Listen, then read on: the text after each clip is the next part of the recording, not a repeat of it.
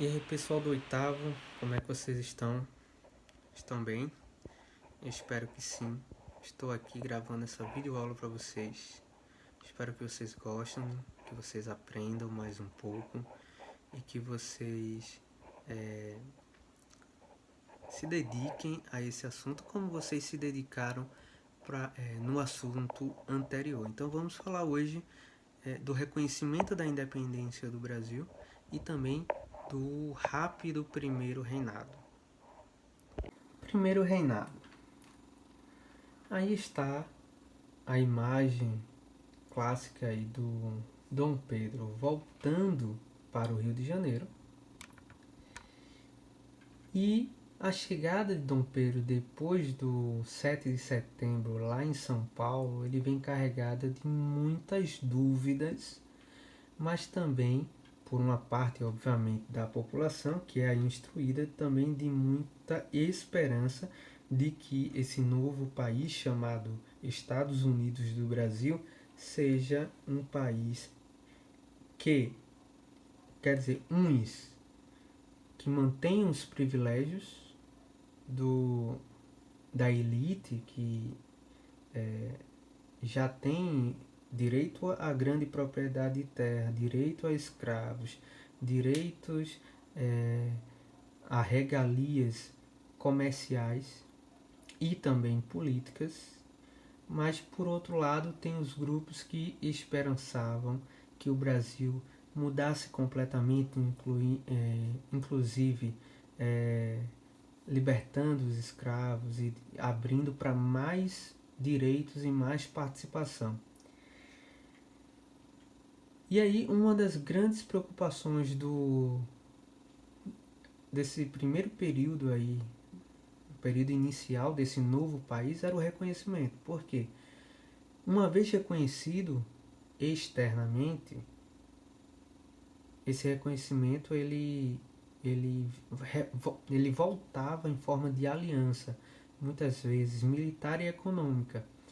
E aí a grande preocupação era um revide de Portugal em não aceitar a independência do Brasil. Então era necessário que outros países importantes eles reconhecessem a independência do Brasil para intimidar Portugal a não fazer nada contra o Brasil.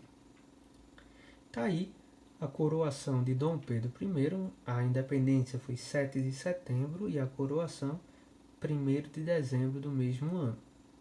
Então ele é coroado e em seguida, gente, o Dom Pedro ele tem dois problemas, que eu já falei, que é a conquista do reconhecimento, mas também uma constituinte em que ele é muito pressionado para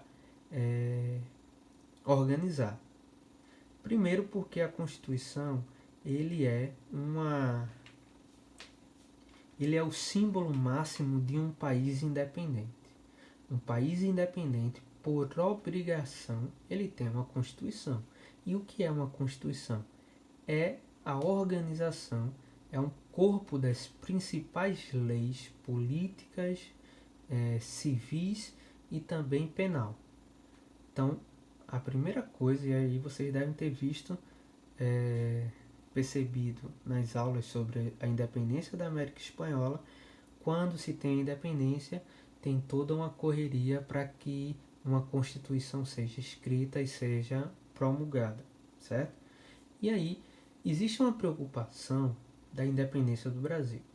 Primeiro, os Estados Unidos. Os Estados Unidos tinha uma preocupação de existir na América um império nos moldes absolutistas. Por quê?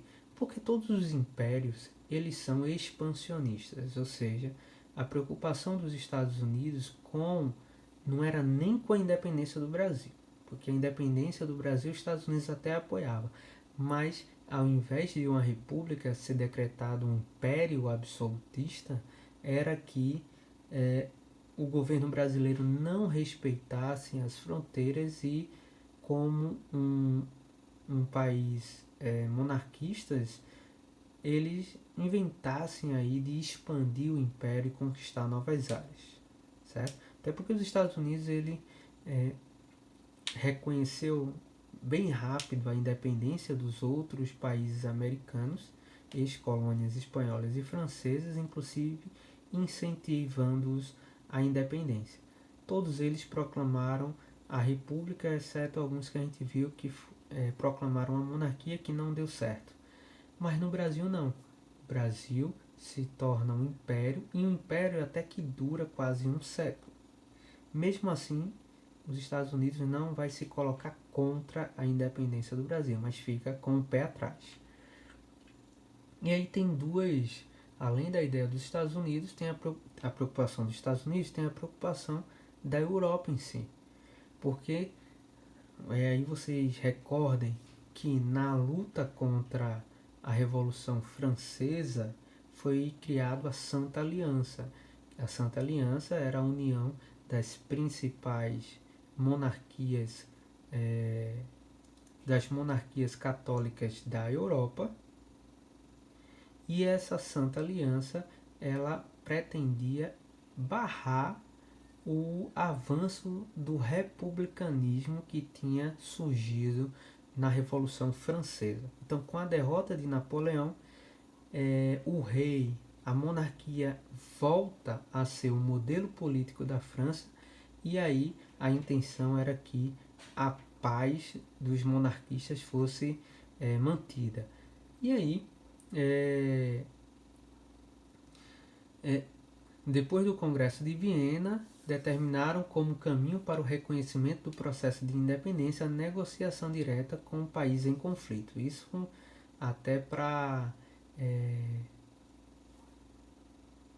tentar mobilizar poderes para que grupos republicanos não viessem a tomar a dianteira do movimento, certo? Então, essa Santa Aliança, ela via como melhor modelo econômico a ser adotado pelos novos países, também uma espécie de monarquia.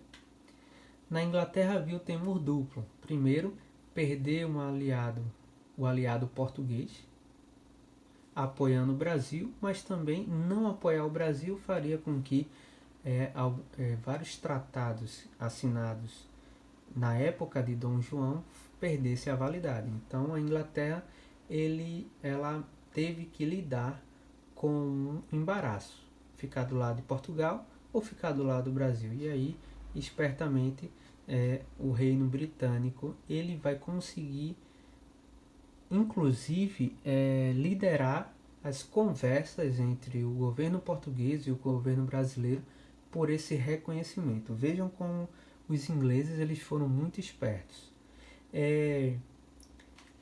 E aí os Estados Unidos vai ser o primeiro país a reconhecer a independência do Brasil em 1824. Até porque existiu o presidente americano Monroe, que ele cria a ideia de América para os americanos, ou seja, que os países americanos, todos eles, conquistassem sua independência e afastassem os europeus do continente. Obviamente que a intenção dos Estados Unidos era que os novos países se tornassem dependentes dos Estados Unidos e não mais das superpotências europeias. Era uma forma de trocar, de tirar a dependência desses países da Europa para que a dependência fosse aos Estados Unidos. E aí tirar todo um proveito de exploração e etc. Certo? E aí, Portugal. Portugal vai reconhecer a independência do Brasil em 1825 com o pagamento de uma indenização de 2 milhões de libras esterlinas, que era a moeda inglesa. Então, o que vai acontecer? O Dom Pedro vai aceitar a proposta dos ingleses, e isso foi um acordo mediado pelos ingleses, e aí Dom Pedro vai aceitar, mas Dom Pedro tem um problema. Ele aceita, mas não tem dinheiro. E aí ele vai pegar empréstimos com banqueiros ingleses para pagar os 2 milhões de libras de indenização para o reconhecimento da independência e do governo dele. Mas olha a sacada da Inglaterra. Portugal devia exatamente à Inglaterra 2 milhões de libras à Inglaterra. E aí, o dinheiro que Dom Pedro pega dos... Olha que coisa. O dinheiro que Dom Pedro pega emprestado dos banqueiros ingleses é pago a Portugal, e Portugal pega esses 2 milhões e devolve para a Inglaterra como pagamento da dívida. Então os ingleses eles foram muito espertos. Não se indispuseram com Portugal, não perderam os tratados com o Brasil. Os banqueiros ingleses saíram lucrando porque emprestaram, e o dinheiro voltou para a Inglaterra como pagamento de dívida de Portugal.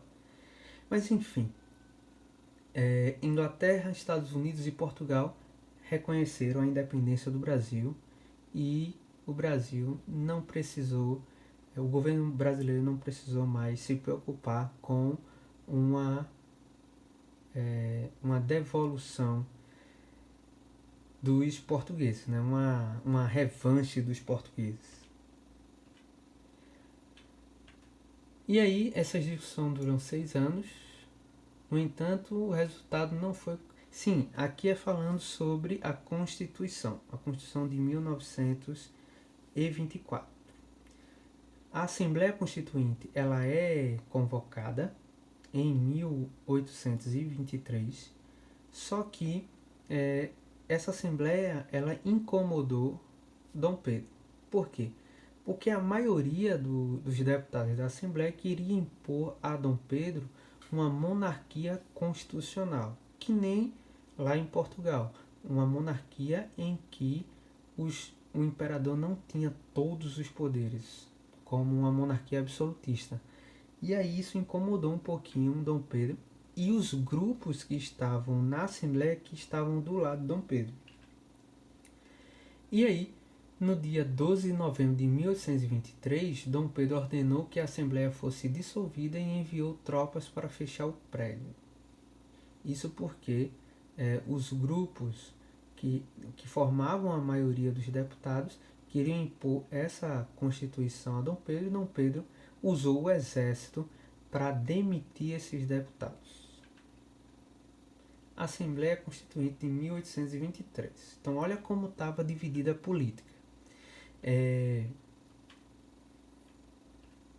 Existiam 3 grupos: os absolutistas, os liberais e os bonifácios. Então vamos ver cada um. Os absolutistas, obviamente, defendiam que Dom Pedro deveria governar com poderes absolutos. Só que era minoria esse grupo. Os liberais estavam divididos entre os liberais moderados, que defendiam que o poder do imperador deveria ser aumentado, mas que isso garantisse, por exemplo, que pobre continuasse pobre e rico continuasse rico, e principalmente que o Brasil não deixasse de ser escravista, certo? E os liberais exaltados, que exigiam a libertação dos escravos. E por último, os bonifácios. Embora não ter um número expressivo, eles ousaram exigir uma monarquia constitucional e a diminuição do poder do imperador. Então veja a salada que estava essa constituinte. Inclusive o Bonifácio vai passar a ser de um grande colaborador para um político odiado, que ele vai ser até demitido. E o grupo que defendia suas teses, eles vão ser excluídos da discussão constitucional. E aí o que interessava a Dom Pedro é que a Constituição ela fosse centralizadora, que desse a ele poderes absolutos como queriam os absolutistas. A Constituição de 24.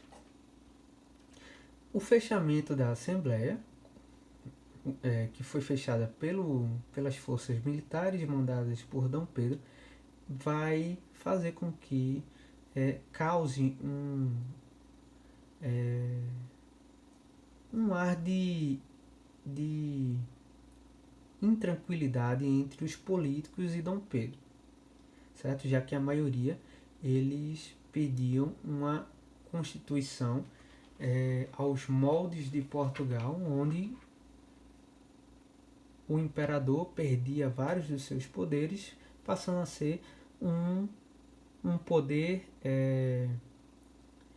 opinativo, um poder de aconselhamento, mas que não tivesse um poder na prática, como é a monarquia parlamentar, certo? Em fevereiro de 24, óbvio que Dom Pedro não gostou dessa Constituição, demitiu todos os deputados e nomeou 10 pessoas de sua confiança para redigir a Constituição em 40 dias. Então, a Constituição, o projeto de Constituição anterior, que durou 6 meses, foi altamente tumultuado e que Dom Pedro não gostou, essa nova Constituição ela vai ser feita em 40 dias e vai ser do jeito que Dom Pedro queria. E como é que Dom Pedro queria? Então essa Constituição ela é promulgada por Dom Pedro em 25 de março de 1824, bem rápido, e assim era dividido o poder do Brasil. Poder legislativo, obviamente, era composto pela Assembleia Geral, e a Assembleia Geral é dividida em Senado e Câmara dos Deputados, é basicamente como acontece hoje. O Congresso Nacional, lá em Brasília, ele é composto pelo Senado e pela Câmara dos Deputados.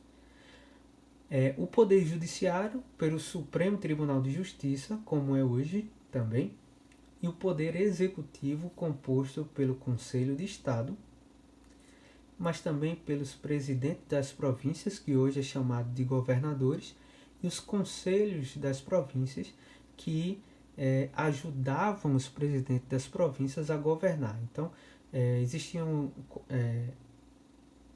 nas várias regiões de cada província era escolhido os conselheiros provinciais.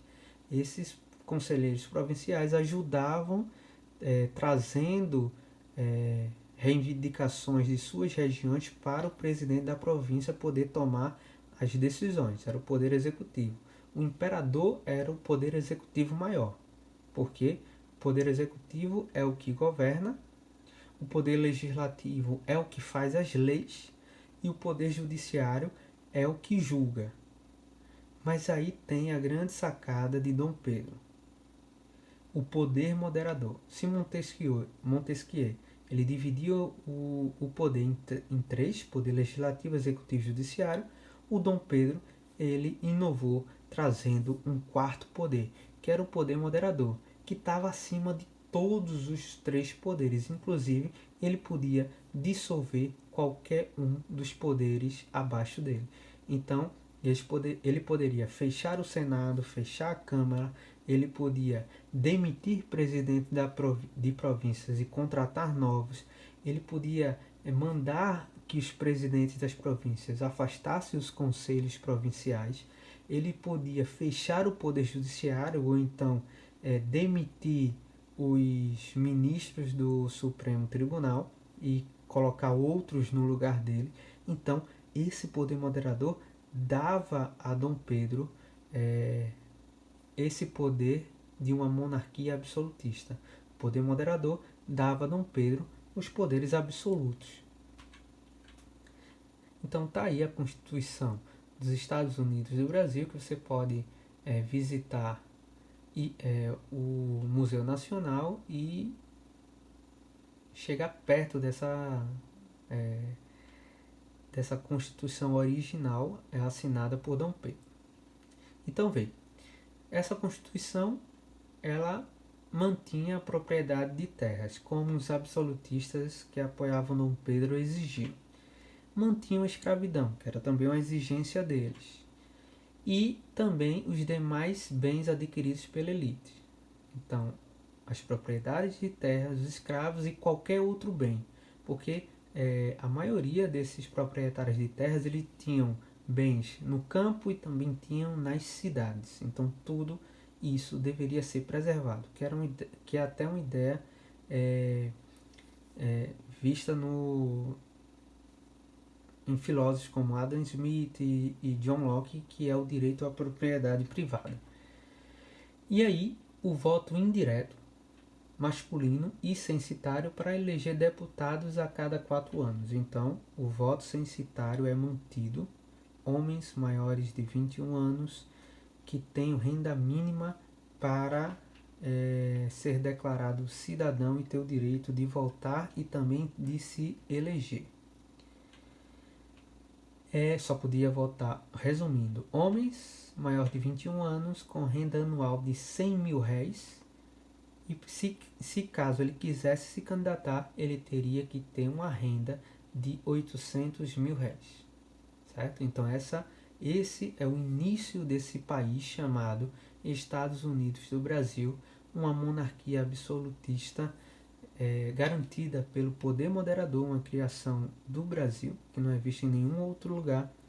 E aí é uma Constituição que mantém essa desigualdade social de rico ser rico, continuar rico, pobre continuar pobre, e é uma Constituição que garante a continuação da escravidão no Brasil, já que os países latino-americanos que se declararam independentes antes do Brasil já tinham abolido a escravidão. Então é isso, gente. Espero que vocês tenham aprendido mais algumas informações sobre o nosso país e como o nosso país iniciou a sua história. Então revejam essa aula, leiam o seu material e realizem as atividades, tá bom? Bons estudos e até a próxima.